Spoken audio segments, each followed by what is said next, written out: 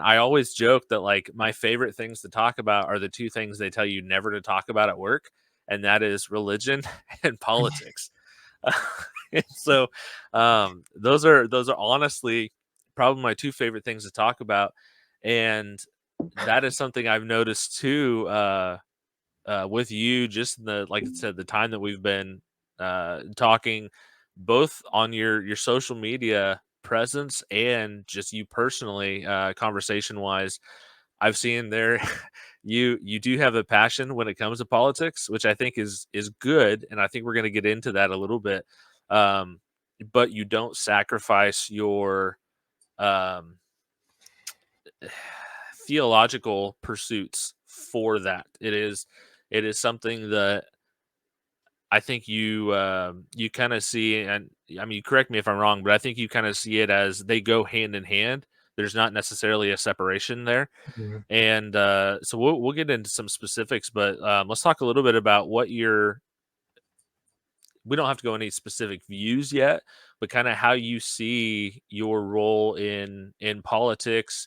How does your identifying as a Christian and being a follower of Christ, how does that play into kind of your views and maybe what you do politically? Yeah. So, and I don't want to say too much without, you know, giving it all away. Just kind of what we want to talk about. But um, I will say before, I'd say just even a few years ago, I didn't really care much for politics. I think when it was time to vote for a president, I started to care a little bit. Yeah, And maybe like our local sheriff or whatever, that's when I really start to, get a little yeah, overzealous and stuff like that. But definitely now I see the importance of it. And I think most of us can agree with the current state of how the United States is. But then again, I won't go into too much detail on that. But how important it is to have a some kind of knowledge and stance politically, and you know that's really it. I guess I just want to kind of bring that to light that it is important to get involved and understand who it is that we're voting for. It's important to understand laws and things in place because it affects us directly as Christians, whether we want to believe it or not. So, and like I said, we're going to talk more in detail on that. But yeah, that's kind of my stance right now is that it's a lot more important in my world than it used to be. yeah. And I think as uh, the church, I was actually talking with somebody about this a couple weekends ago. We were at a friend, a couple friend of my wife and I. We were at their house, and there was another individual there, and it was kind of more talking about theology. But she made the comment that well, I made the comment that Christianity really isn't shallow. It's pretty deep theologically, and she made a comment, well, except for the Christianity in the West, and I get what she's saying. Most Christians aren't, but really, Christians don't have the luxury of not being well educated on a lot of the stuff, and this has to be um, theologically. You need to be sound. You need to know what you believe and why you believe it. But also, and we're going to get into this a little bit, where you stand on political topics. I don't think it's necessarily good or right to just kind of be like, I'll decide on my way to go vote who I'm going to vote for, and I'm not really going to put that much thought into it, or even not voting at all. So I do think that the Christians have a a a bad habit, but I do think that you can go too far on the other side, and I'm gonna talk a little bit about that too as we go into this. But the first specific I want to talk about, and this is going to be this really, I don't think is as much of a, I don't want to say not hot button, because I do think it's still a hot button topic, but I don't think it's as taboo anymore. At least the stance that we're going to have on this, but the whole idea of immigration. I think 2 years ago, even I saw this thing going around on Facebook. It had this random photo that was supposed to be Jesus, And the whole thing was like, well, he was actually an immigrant and he was actually like this and he would have been socialist and all this other stuff. And like, no, like none of this is true. This this is all just this is a lie propagating one political side, and that's it. But the whole idea of immigration as a Christian, like what should our view be on immigration? And I think um we've got some clips here. Well, we've got one clip. We're gonna bring Joe Rogan on. Not really Joe Rogan. It's just a clip from the Joe Rogan Experience. But Joe Rogan's gonna be on the podcast. I'll probably throw his face on the thumbnail just to get some clicks. But no. So we have a clip there, and then we have a couple tweets I want to look at. But right now we're looking at specifically immigration and more specifically illegal immigration, and then maybe we can look at legal immigration and how that should play in. So first up, and this is like the total clip is like 8 minutes long, but I'm not going to play the whole clip. I want to touch real quick on the beginning of it. So this is Joe Rogan had Dr. Phil on, and Dr. Phil had just made a trip to the border, and he had some pretty interesting finds while he was there. So this is from the border. It's a video of the border? Yeah, it's me talking to that Brandon Judd at the border. Okay, here we go. Will it play?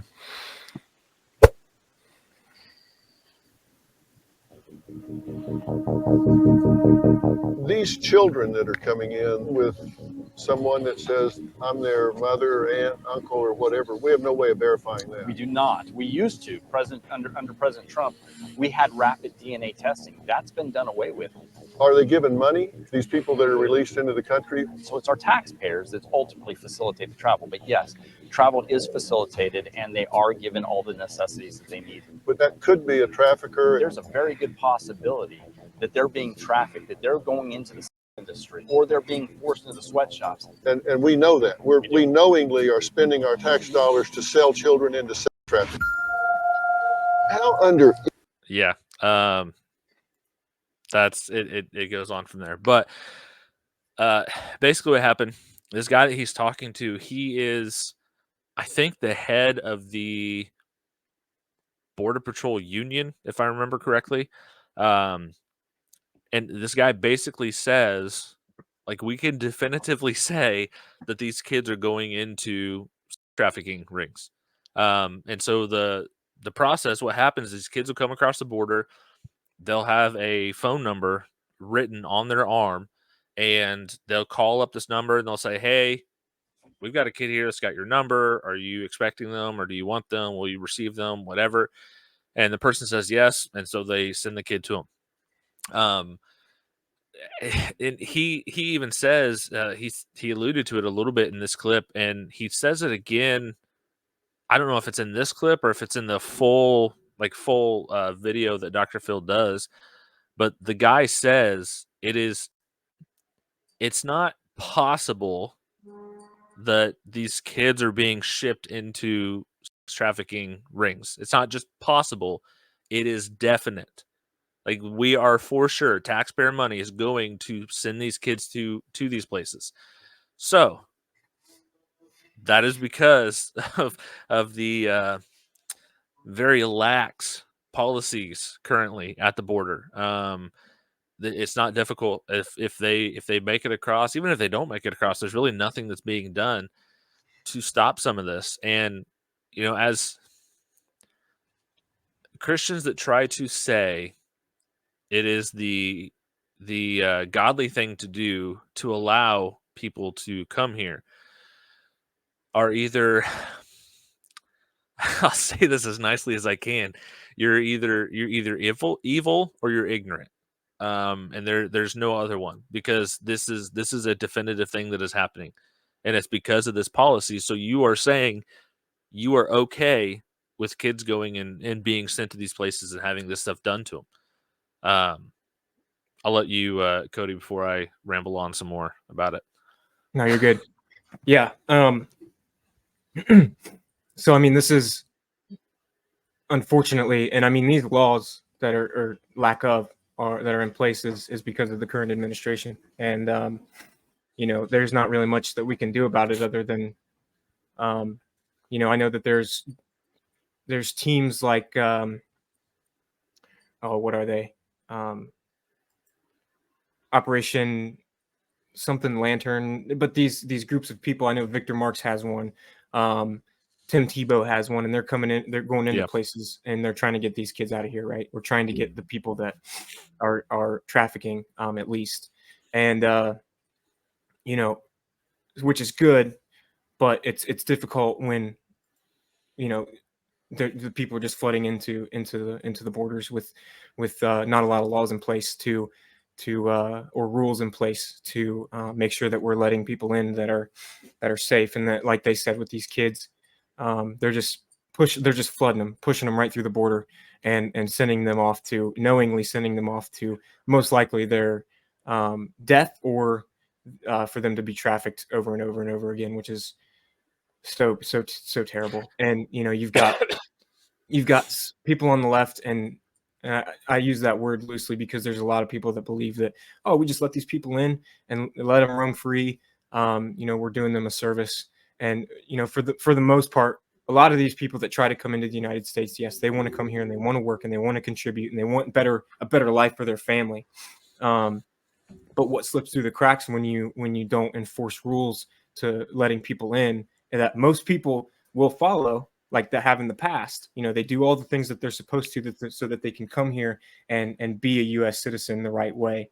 But when you just let it loose and let people come in, you get people that are evil, and we see it all over the place. I know you've got some stuff you want to share too, but we see these people who, and I just in my hometown, I went to Home Depot today, and you're seeing a lot more foreigners walking around. I don't know if you see it around your local area, but go ahead. So I live in the South, and we've got decently mixed population anyways. Right. Yeah. But I've definitely seen an uptick, and this isn't this is not an issue as far as a person's ethnicity. Like, Right. I don't think they should be coming over the border illegally from Canada either. Right. That's also something that's kind of going on right now. But what we've seen, the mass uptick is at the southern border. Mm-hmm. And okay, yes, maybe not everybody that's coming across is trying to smuggle children or traffic children, but there is a lot. Mm-hmm. There's a lot there's a lot of other stuff coming across too.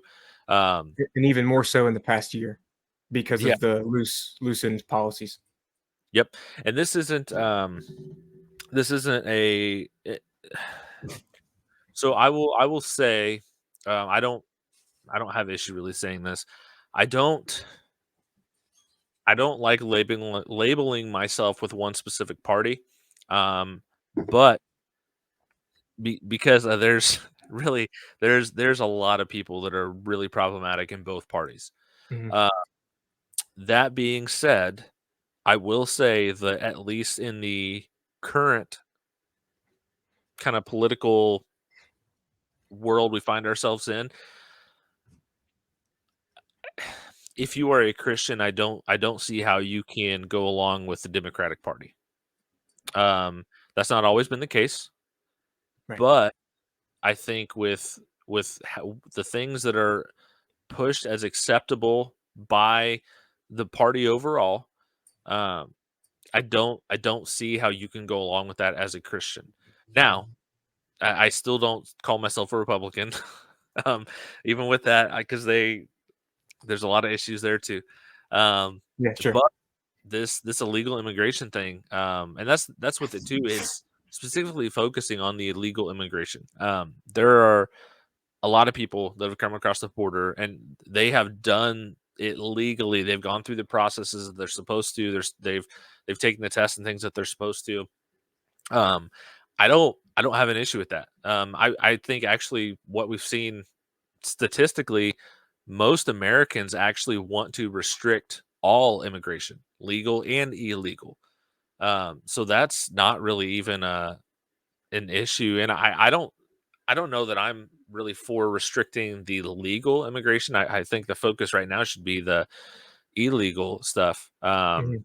But just with what's coming across the border, I've got 3 tweets I'm going to share here, and it's it's good to know these are all from the same place. These all come from the Daily Wire, but these all happened within 1 week of each other. Um, all within the same week. So we've got one here, and this is actually not far from where I'm at. There's a lady. She was a college student at Georgia, and she was murdered by the at least I do think it's been confirmed now, but at least he was the suspect at the time. He was an illegal immigrant. And the reason that she was murdered was because he was attempting to um her, and she fought back. And so it led to she got murdered instead.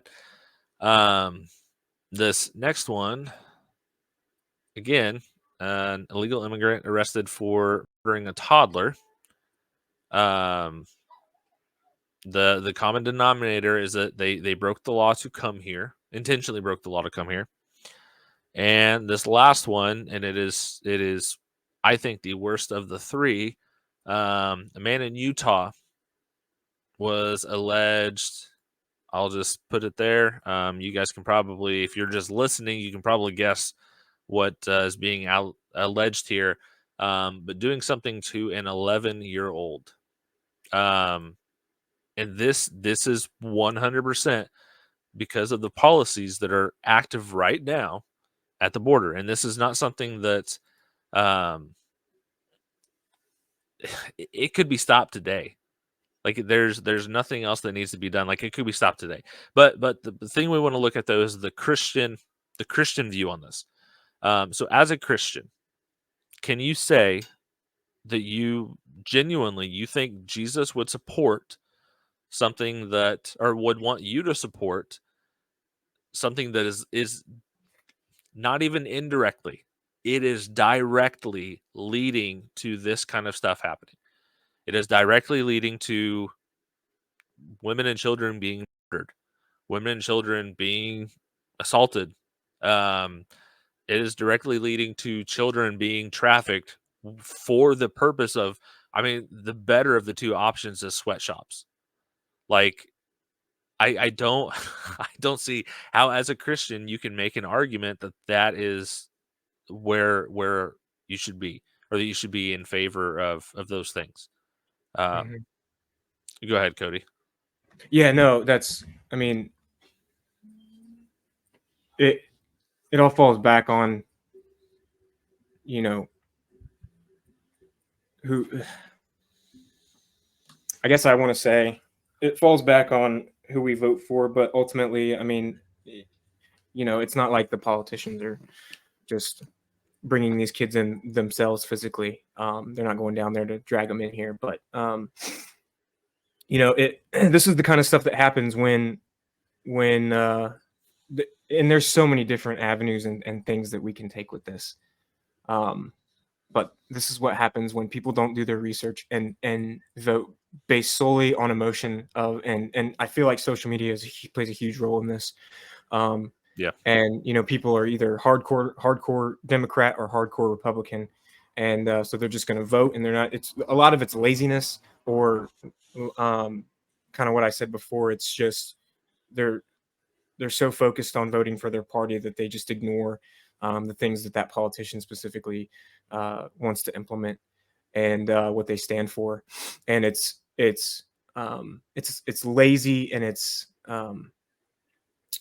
just not acceptable for us to accept that.